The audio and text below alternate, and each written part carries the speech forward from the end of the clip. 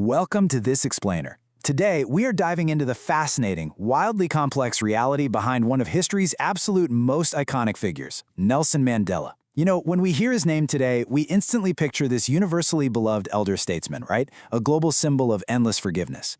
But the actual journey of how he achieved that status is far more calculated, far more human, and frankly, a whole lot more interesting than the simplified, neatly packaged stories we usually get. Right off the bat, we need to completely challenge the common misconception that Nelson Mandela was just this serene, passive pacifist who simply forgave and forgot his way to freedom. The myth paints him almost as a saint who somehow emerged from decades in prison completely untouched by anger. But the reality? Well, as detailed in his own autobiography and by the people who knew him best, he was first and foremost a masterful, incredibly pragmatic strategist. He was a guy who made tough, highly calculated choices based entirely on the conditions on the ground. Look at this early image of him. Before he was a global icon, his fellow activist, Walter Sisulu, recognized something really specific in him. Sisulu saw that this strapping, handsome, self-assured lawyer, with these incredibly wide shoulders and this massive, beautiful smile, could be the absolute perfect frontman for a giant political movement. Sisulu essentially knew the African National Congress needed a charismatic figure to rally the masses, and Mandela, he fit that bill perfectly. Let's get into Section 1, Beyond the Saintly Myth, the man behind the icon. And that leads us right into Section 2, the engine of dignity, and what drove the activism. The thing you have to understand is that Mandela was a man of immense dualities. It's like a giant puzzle. He was a naive rural youth from the Transkei who at one point didn't even know you could buy cooked meat from a butcher. Yet he transformed himself into this tailored dandy who had double-breasted suits custom fitted for him. He naturally possessed the proud bearing of an African aristocrat, but he very consciously modeled himself after the quintessential 19th century English gentleman. He projected this profound self-assurance, yet harbored deep, lingering insecurities from his youth. So, here's the really crucial point.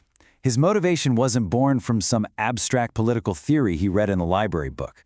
It came from a much more primal place. Growing up in a rural, chiefly environment, he was treated with serious deference.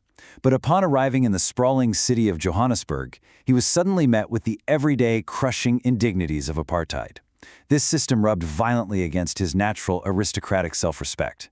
It was an absolute offense to his dignity, and that deeply personal outrage, that became the catalyst that propelled him to fight for the dignity of millions of others. To really grasp those early insecurities, you just have to look at what he openly admitted to his biographer, that as a young boy in the country, the white shopkeeper was like a god to me. Imagine that. He completely acknowledged that growing up in a society strictly designed to make you feel lower than low absolutely leaves a mark of insecurity. I think this admission makes his eventual evolution into this unshakable, world-altering leader even more human and, honestly, way more remarkable. All right, Section 3, the pragmatic revolutionary. Now, you might be wondering, and it's a huge question in this explainer, why on earth would a man who literally cried with guilt over accidentally shooting a sparrow with a BB gun go on to actually found the armed wing of the ANC? It seems like a massive contradiction, doesn't it? Well, the answer is tactical flexibility. Moving from nonviolence to armed struggle was a calculated act of pure, unadulterated pragmatism. He had absolutely zero love for violence.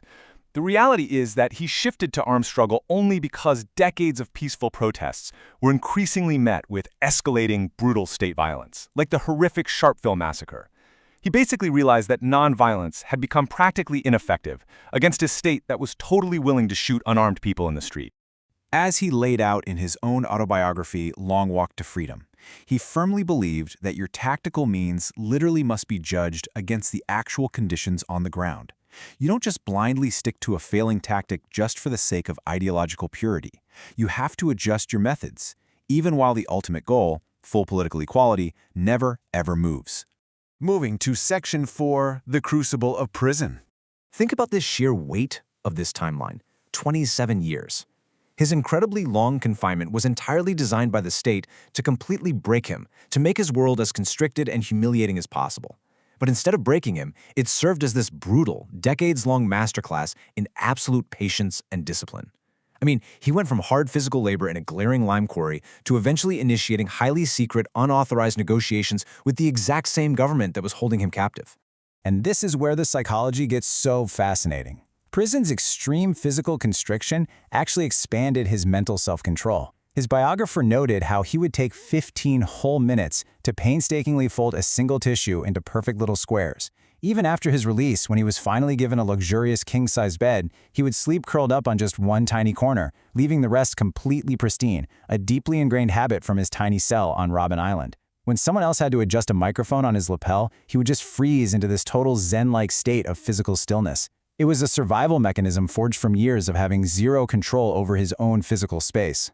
When someone asked him a very intimate question about sexuality during those 27 years, his response was just incredibly stark and definitive.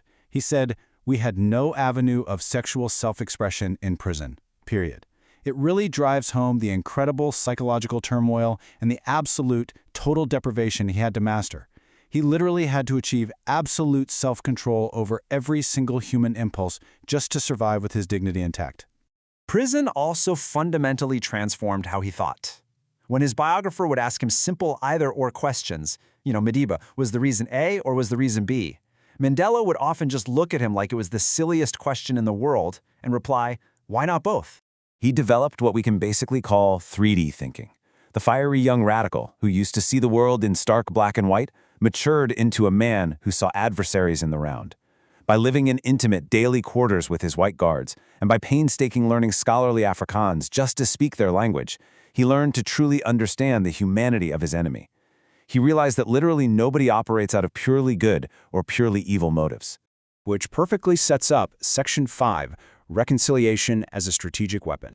We so often view his push for reconciliation as just this beautiful, heartfelt moral gesture, but he recognized that retribution would inevitably lead to massive civil war, huge casualties, and total economic ruin. It would have completely destroyed the very country they had just spent their lives fighting to liberate. Reconciliation wasn't just about being a good person. It was the absolute most strategic, realistic choice to actually save South Africa from total collapse. It was just pragmatism at its absolute finest. To actually pull this off, he practiced the ultimate discipline, completely separating the oppressive system from the specific individual human beings enforcing it. He completely hated apartheid, of course, but he totally refused to dehumanize the specific individuals sitting right across the negotiation table from him. By doing exactly this, he kept the door to dialogue open, making a peaceful transition of power genuinely possible. He viewed freedom not as a single finish line you just suddenly cross, but as an expanding journey. First, you need freedom from basic want. Then, you need the freedom to simply move around your own country. Then, to associate politically, and finally, to lead. Achieving every single one of those steps requires immense patience and cumulative, daily discipline. It's a staircase, guys, not a single massive leap. So, as we wrap up this explainer, I want to leave you with one final thought. How can you apply this totally brilliant pragmatism, separating the frustrating systems or roles from the actual individuals you're dealing with in the battles of your own life? Whether it's a super annoying workplace dispute or a tough family conflict, treating someone as a person operating inside a flawed system rather than as an absolute enemy, well, that might just be the exact strategic masterstroke you need. Think about it. Thanks for joining me today.